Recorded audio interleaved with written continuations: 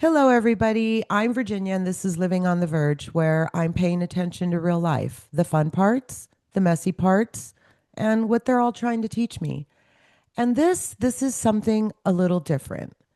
This is a series of conversations with women in business, women in my real life, at different ages, different stages, different paths, all building something in their own way. And today we're just talking about it, how they got here, why they chose this path, what surprised them, and what real life actually looks like behind it all. Today, I have with me Lonna Lewis, my friend and owner of KLM Craft House. Hi, Lonna, welcome. Hi, Virginia. Thank you. So here's where I normally like to start. Let's start with how we know each other. So why don't you tell the audience how we met? I know Virginia because her daughter-in-law is married to my daughter's. No, wait, I'm confused. Okay, hold on, I gotta start over. So your son Corey married to Megan, my daughter's sister, husband's sister. Yep. So we're basically family. Yeah, family. Oh, a long ways away. I We got a little share confused there. grandchildren. Yes, yes, yes, yes. So I've known Virginia for quite a while, but we never really became friends until what, maybe a year and a half, 2 years ago? Yeah. Yeah. Yeah. Yeah. And we've had a good time. We've spent some time making sure that we take care of ourselves and each other, right? That's right. If I hadn't gone to lunch with you and learned all about that, I'd probably not be taking care of myself so well. Well, good. I'm glad I could teach you a little something about self-care because for us at this stage, it's pretty important. Um, Lana, I want to know, where did you grow up? I grew up in Cerritos, California. Okay. And what was life like for little Lana?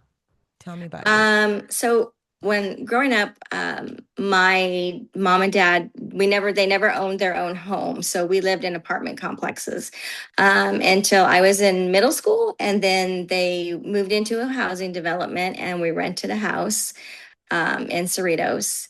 And so I didn't really grow up in a neighborhood, so to speak, until I was in middle school. So, um, in living in an apartment complex, you had all your friends right there. Right. So I could go out. I could go out, and my parents would just like I could ride my big wheel. I could do whatever I wanted because it was in a community that was gated. So there was nobody that really came into those things. But then when we moved into the housing track, it was really different from my mom because she was like, "Okay, you're not going outside. You're staying indoors." I'm like, "Okay." And I was never an indoor person, so that was different. For context, only child, siblings, where are you in the birth order? So I'm the oldest. My brother is 4.5 years younger than me, and my sister is 12 years younger than me. My parents had me like a month after graduation. Yeah. Surprise, here I am. So you have young parents, and I'm sure that shaped Yes. a lot of what you are and how you became who you are. And I want to get into that a little bit. But before we do, because this is a series on women in different seasons of life, would you mind sharing with my listeners what season of life you're in right now? Uh, so I would say I'm in my season of life is trying to balance everything that's going on. My grandkids, my business, my personal life. My husband's retired, so trying to balance him being retired and fitting everything else in and going through menopause. It's all great. I ask because I think it's really important for context to understand that we all spend a big part of our lives in different roles. And I know that you spent a big part of your life in a different role. And we talked about it a little bit, but you mentioned that you have been both a stay-at-home mom and a employee, if you will. And today we're here to talk about kind of entrepreneurship and your decision to venture into business. But I'm curious before we do that, what did the season of life look like for you when you were raising your kids? That was the best. I always wanted to be a stay-at-home mom. That was I mean, if you asked me when I was a child, what do you want to do when you grow up? I want to be a mom. That's all I wanted to do was be a mom. So my husband and I got married young. I was I was still in high school when I met him. He was already graduated. So we got married. I was 20. I had turned 20 for like 19 days before we got married. Wow. Yeah. And then Megan was born 9 months later. So it was kind of like, wow, we're starting this life and now I'm going to have to take care of someone else. And I had never lived on my own. I went from my parents' house to living with my husband. And then 9 months later, bringing this little baby That's home that I wow. have to take care of. That I was like, wow, Yeah, baptism by how am I going to fire. do? Yeah. Yeah, how am I going to balance all this? And I was working at the same time. So, and at that stage in my life, I was the breadwinner. My husband didn't make more than me. So I knew I couldn't quit my job. And I was commuting. We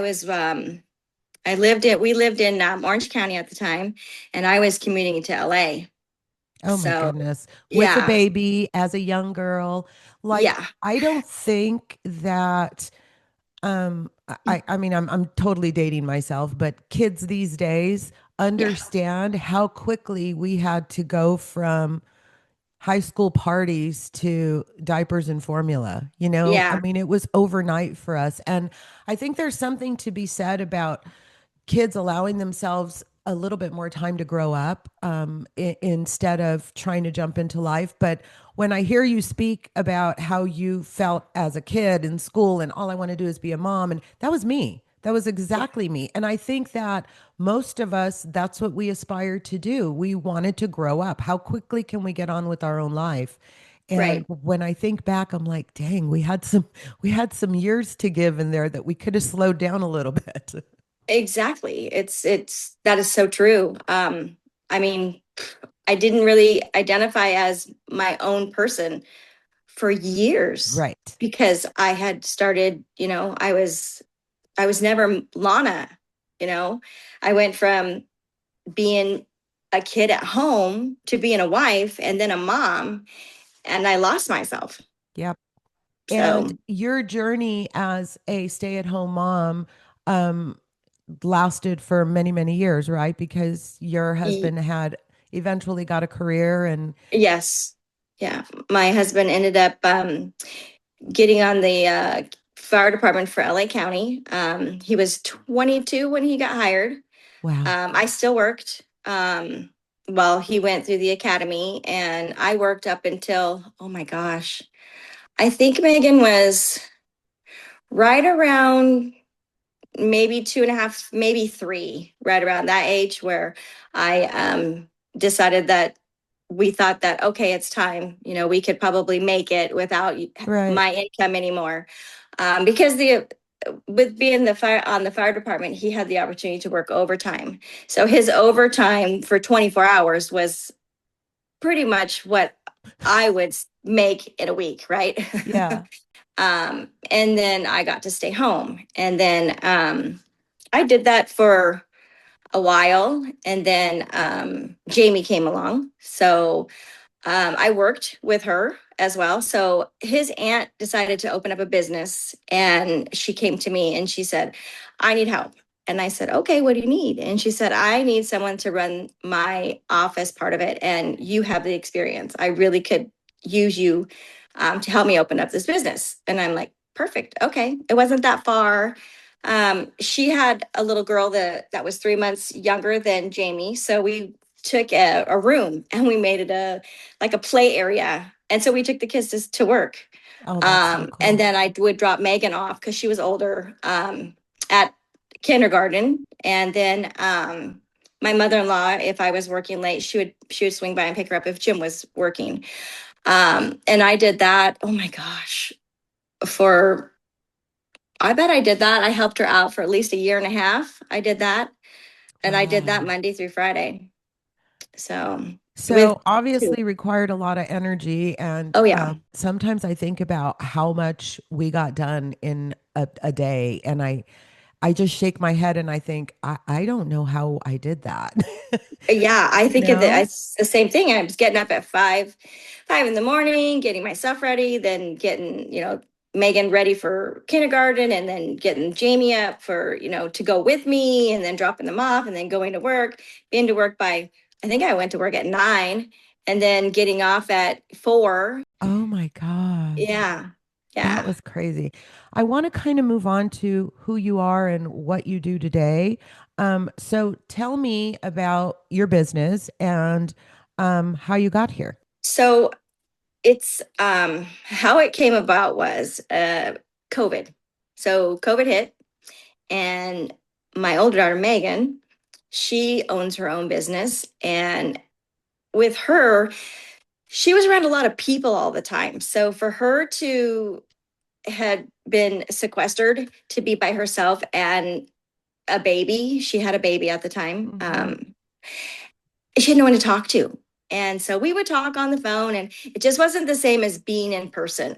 Right. And so I said, you know what, Megan, come on, why don't we just get together at least once a week, for your sake, and Harvey's, I could, spend some time with him instead of being on video chat or whatever.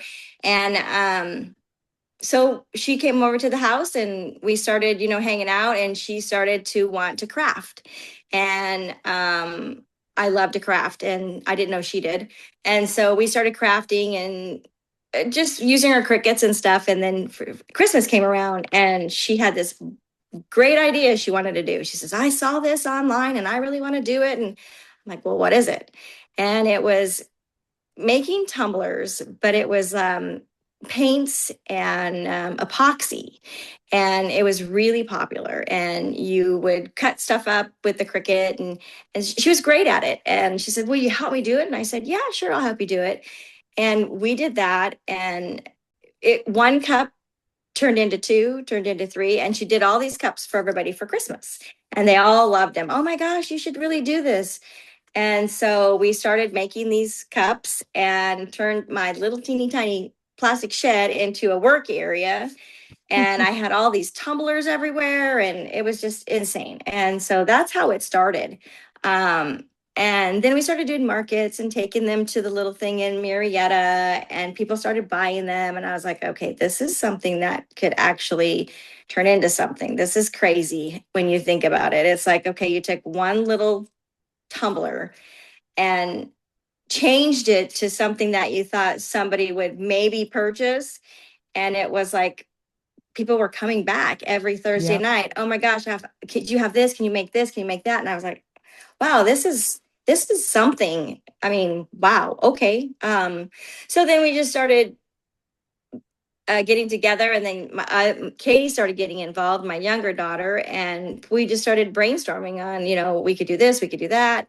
And then I got sick about, I'd say maybe a year into it, a year and a half, and Okay. I didn't know what was wrong, and I kept getting terrible headaches.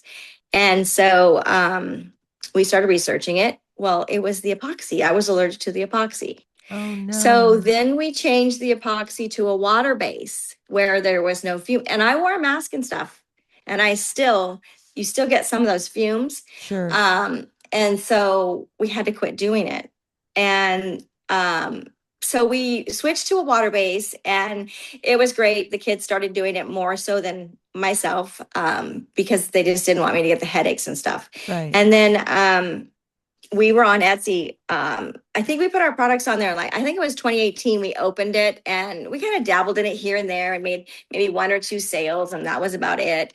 And then I was one day sitting in the chair, and I said to my husband, I said, I want to buy a laser. And he said, what? I said, I want to buy a laser. And he goes, why? I said, I want a laser engrave on tumblers. And he goes, oh, okay. Why? Why do you want to do that? And I said, I don't know. I think it would be something really cool. And I haven't seen anybody do it. And so I started researching it, and he researched it for me as well. And I brought it up to the girls, and they're like, no, no, I don't want to do that. Oh, okay. Well, I do. So I'm going to invest and I'm going to buy one. And so I did. And it took me 3 months to figure it out. I wanted to throw it in the street and run it over I because can't it even was so imagine. difficult to even try to do. And so then other people started doing it. So I started watching YouTube videos. And then Megan came over and I said, I am so over my head right now. And you are younger than me and you can understand all this stuff. I need you to watch this. And so she watched it. And I said, what do you think? And she goes, I think it's this, this, and this. And let's try it. And it worked. And I Fantastic. was like, wow, okay. And then I started designing and I made my first design and I put it on a knockoff Stanley. And I said, I'm putting it up on Etsy. And they're like, no, it just let's just wait. And I said, no, I'm not waiting. I'm putting it up on Etsy. I Good put for it up you. on Etsy, and within 20 minutes, someone bought it. Wow. I was shocked. I was like, oh my gosh, we made a sale. So it sounds to me like there was a point where you were kind of playing, Yes. crafting, having fun. When, what point do you think you came to where you said, I think I'm actually going to make this a business? Like, I'm going to start a business. I don't think I ever said that, You think to it be just honest. happened? I know it did. That's I wild. never said that this was going to be a business. How it started was we were just going to do it for fun and dabble in it and go to markets here and there, just to get together and craft together and have something in common, Sure. the three of Have the us. fellowship. Yeah. Exactly. And when we started doing the markets in Marietta and we were making a little bit of money, it was nice. I mean, it was like, but we never started it because none of us needed it to pay our bills. Jim was working and he was working overtime and he was gone a lot. So he was doing training classes and stuff. And so I was by myself. So Right. it just was a way to fill the void for me. Katie, she did it because she was also bored because she was staying at home. She didn't have any kids. Jeremy was on the fire department and she had the time to put into it. And so it was just something fun. It never was going to be, let's start a business ever. So then let me ask you this. Was there a moment where you realized, oh, damn, I'm in business. Like this is mine. I'm suddenly a business owner. Yes. What was I that would say moment? that would have been in 20, I'd say 2020, maybe, yeah, 2020, 2021, when we started really transitioning into Stanleys. So we stopped doing the knockoffs because people were asking for Stanleys. And I was afraid to do it because you put that Stanley in there that costs 45, $55, and you Mhm. hope, oh my gosh, I hope it works out because there's so many things that can happen. Um, and so that was stressful for me because I'm the one that was doing it, you know. Right. But initially Megan and I put most of the money up front. I mean, I would say it was a 50-50 deal for her and I. And then I started putting more money into it because I was doing it more. And I was the one that was making the mistakes. So I was like, okay, I'm just gonna, and I was throwing them out. I Oh was throwing out the gosh. Stanleys, right? And so Megan came over one day and she's like, "Why are all these Stanleys in the trash?" I'm like, "Well, we can't sell them. They're totally messed up." And then she's like, "Well, people probably will buy them for what we paid for them." I never even thought of that, and I'm usually the thrifty one.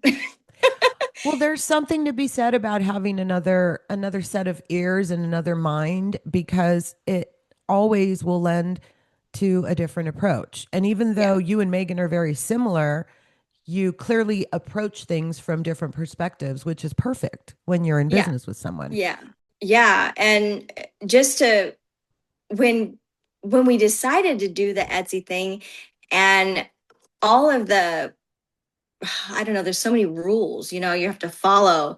When we realized it was a business, when it went from getting, I don't know, 1 to 3 orders a week to getting 7 to 20 Wow. and trying to keep up with that. Yeah, And then that's I had one laser at the time and I was getting up at 3 in the morning and I was starting the laser because one cup can take anywhere from an hour and a half to 5 hours. depending on what you put on it, Oh what the my design goodness. is. I had no Yeah. idea. Oh, yeah, it's very time consuming.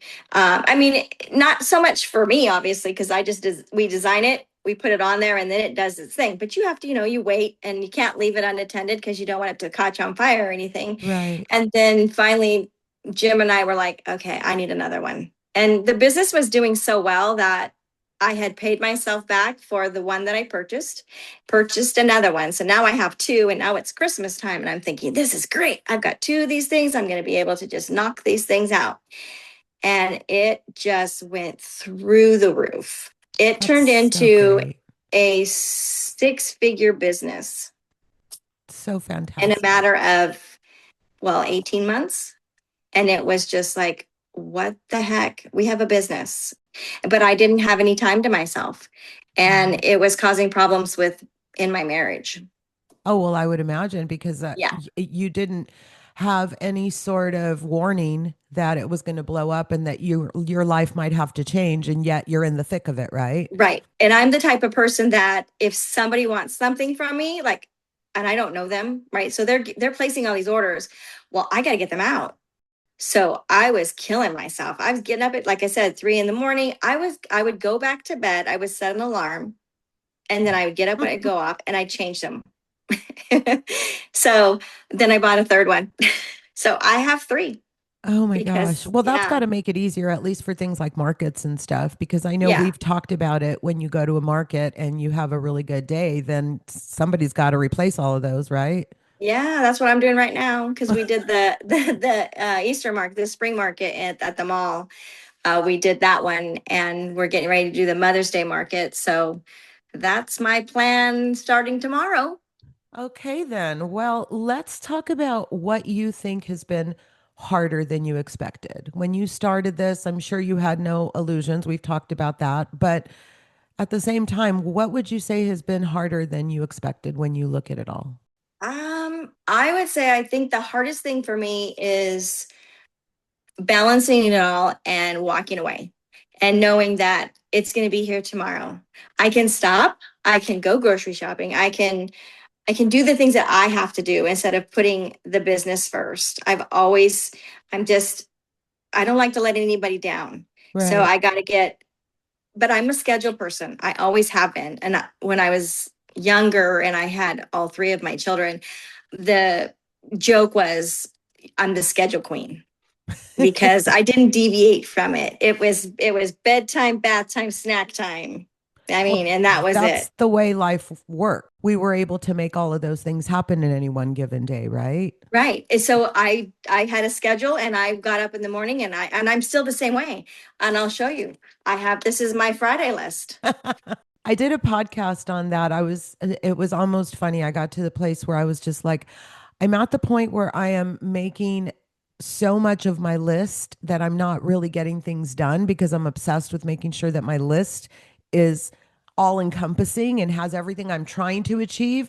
And then I'm like, girl, just start doing stuff. Like the Yeah. list will be there. You'll And cross it off when you get to it, you that's know? the thing with me is my business list. And I think that's the hardest thing for me. It's like I keep beating myself up. So I'm not very technical. So the website, so we have a website now. So the website end of it, Megan is very in tune with all of that stuff because, her husband's in the IT business.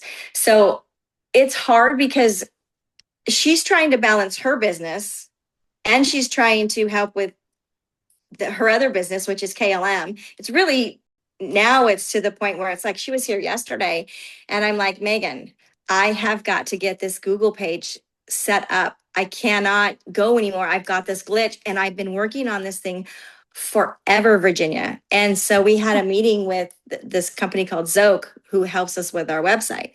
And I started asking questions, and they want so much money to help you.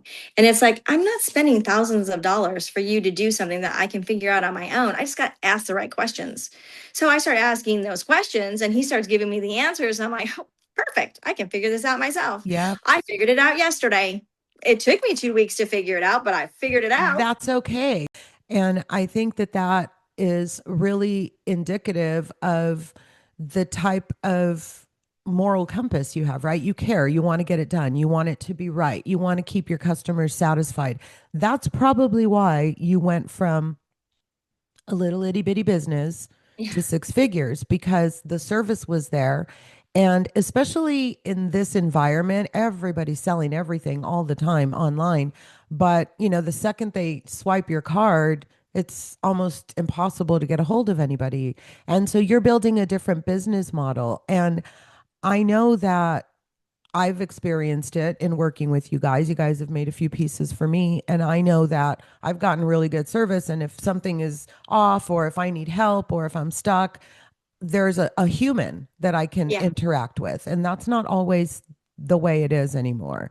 But I want And to, that's the thing is customer service for us is huge. good. It's the number one thing because And we I, have a lot of repeat customers. yeah, and I think it makes a difference. Like I said, I think that's part of the formula to your success. So keep it up. And I want to right. ask, was there any part of you that you found yourself in the middle of this, and that you might have felt unsure stepping into something new at this stage in life? No. Nope. Um You just went uh-uh. for it. I just went for it. Yeah. I'm a I'm a go-getter. I always have been. I like a challenge. Um I've always, so growing up, I was always told no, you can't do that. You're too small. It didn't matter. I mean, I wasn't allowed to do jack shit in my house. I mean, my brother could do anything, get away with anything, but I think it's because my parents had me at such a young age that my dad was so overprotective when it came to me. It was absolutely Yeah. insane until the day I got married. I mean, Jim would he looked I'm back sure and there's laughed some of stories. the, Yes. yeah, some of the stuff that went on. But anyway, so as an adult, I don't have anybody telling me I can't do this and no, that's not possible. So for me, it's like I can do anything as long as I put my mind to I it love that. and I have the time and the ability. And sometimes, money's a factor, but that's just an obstacle you have to get over. I That's mean, right. you just find a way. That's right. I So love that. Entrepreneurship, it sounds so fancy. It seems so like, oh, you're so lucky you're in business on your own.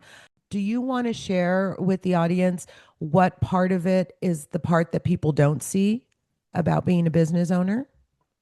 how much time it takes. It takes a lot of time. Um, how you don't always get along with the people that you're working with, even if you are related. I mean, there are times that I want to just strangle each one of them. And I'm sure that they do with me as well, because all three of my children are scheduled people because of me. So that's Yeah, not the issue. But some so my younger daughter Katie is more lackadaisical than Megan and I. Um, she can put things off and it doesn't bother her. I cannot. right, So I would say that that is a huge thing for me. When I say, okay, we say, okay, Monday we're filming, we're doing this, and this, and then it doesn't happen. I get pissed because Monday was set for that.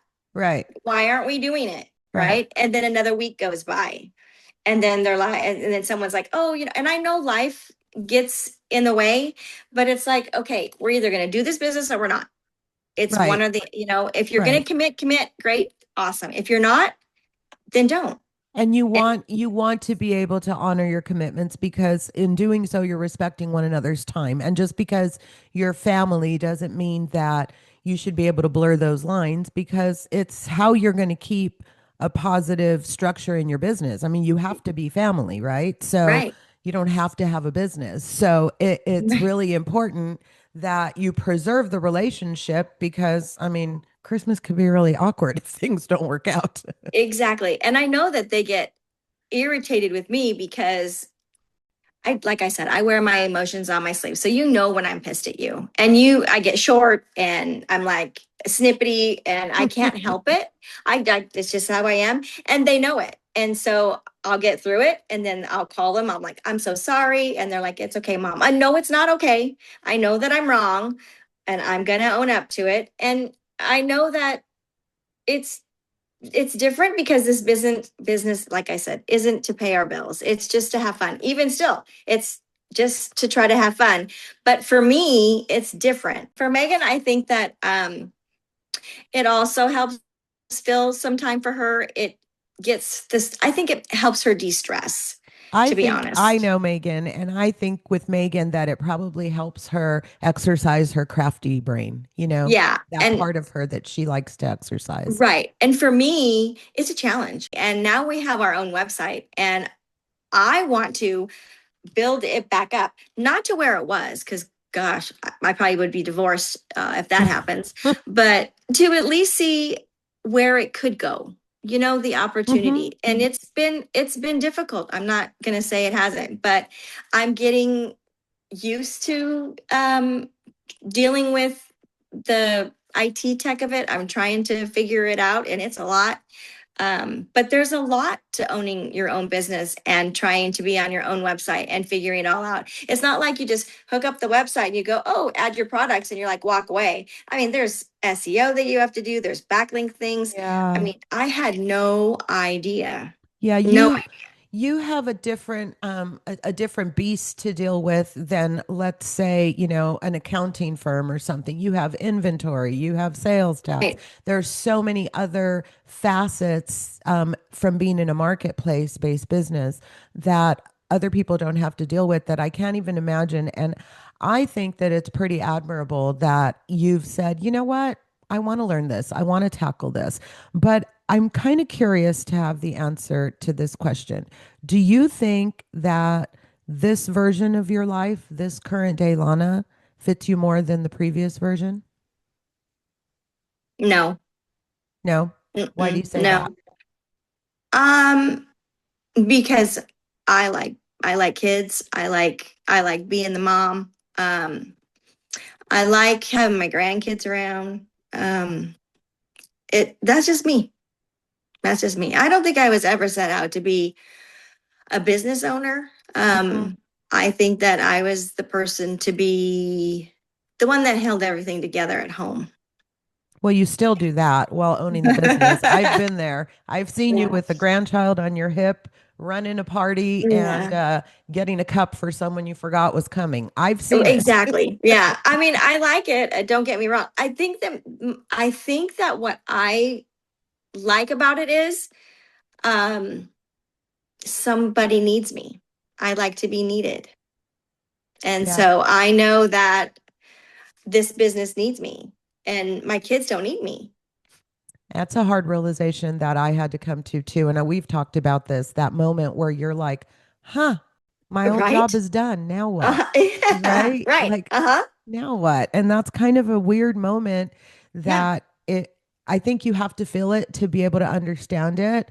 And that I think is a really important crossroads for people where they can decide to sit in front of the TV and have popcorn and Hmm. die a slow death, Hmm. or they can decide to reinvent themselves and be something and do something different and continue to live and maybe discover a whole other path that we didn't even know existed, like what happened with you, right? Right. And Yeah. what happened with me with this podcast. I mean, I thought last year I'm done, I'm retiring, I've had it. I don't want to be a broker anymore. I'm tired of, trying to run a business. I just want to play with the grandkids and have lunch with my friends. Yeah. And Right. then I said, well, maybe I'm not quite done. I have a few things to say. Let's start this podcast just for fun. And now Right. here we are back in the throes of a whole other career. And it's just something Exactly. that I think is innately in us as women who are um, strong, intentional women. We live our life with intention every single day. And we may not get it right every day, but we try. We get up Yeah. every day and we put one foot in front of the other. And I think that's what separates. I'm starting to find that I think that's what separates those of us who work for someone else versus those of us who are, essentially self employed, for lack of a better term. Um, But I wasn't always like this. I know. I mean, because I had to grow into this because I That's was what I'm someone saying. that, yeah, yeah, I was someone that was told what to do all my life. And I was, I never thought that I could do the things I could do. but I think you innately had it in you. You were just raised with respect. So you quieted yourself until you were Yes. allowed to blossom, Yeah. right? Absolutely. It Yeah. was still in us. I Absolutely. mean, I was the same way. I was a very strict father, and I Yeah. was very, very much yes, sir, no, sir. Yeah, I got Yeah. to do what I got to do. But I too, I mean, I got married at 19 and I was, a mom at 21 So and we were similar. boom, life just got to going, but then nobody else was in charge besides me. So it Exactly. was my turn to blossom. And we're getting ready to close up, but I want to talk just about a few fun things. What do you do for fun outside of all of this? Well, so my husband and I travel, and we also have another home in Parker, Arizona. So we go to the river. Fun. Um, I have an annual Disneyland pass. I go with my kids and my children, grandkids, and hopefully we're supposed to go, but That's I okay. We'll couldn't go. reschedule. Yeah, I couldn't go because I fell. But yeah, we're just starting to travel. Football. I'm a huge football person, fanatic. I watched the draft last night, and I can't wait for football season. I know. I Um, can't even imagine what you've been doing for the last few weeks. You are definitely my football friend. That's kind of yes. a hidden secret that people don't know. There was one point where my kids, Corey and they thought it was kind of weird that we had gotten to be like, what do you mean you know what's going on with like my sister-in-law? That's weird. How do you know that or whatever? And then I was like, I don't think you guys know this, but we text almost all day, every Yeah. Sunday about football. She's my football Yeah. friend. They're like, Yeah. oh, I okay. just absolutely love it. And I didn't know one thing about it until my dad moved in one day and he said, "Let's do football." I'm like, "What? I don't do football."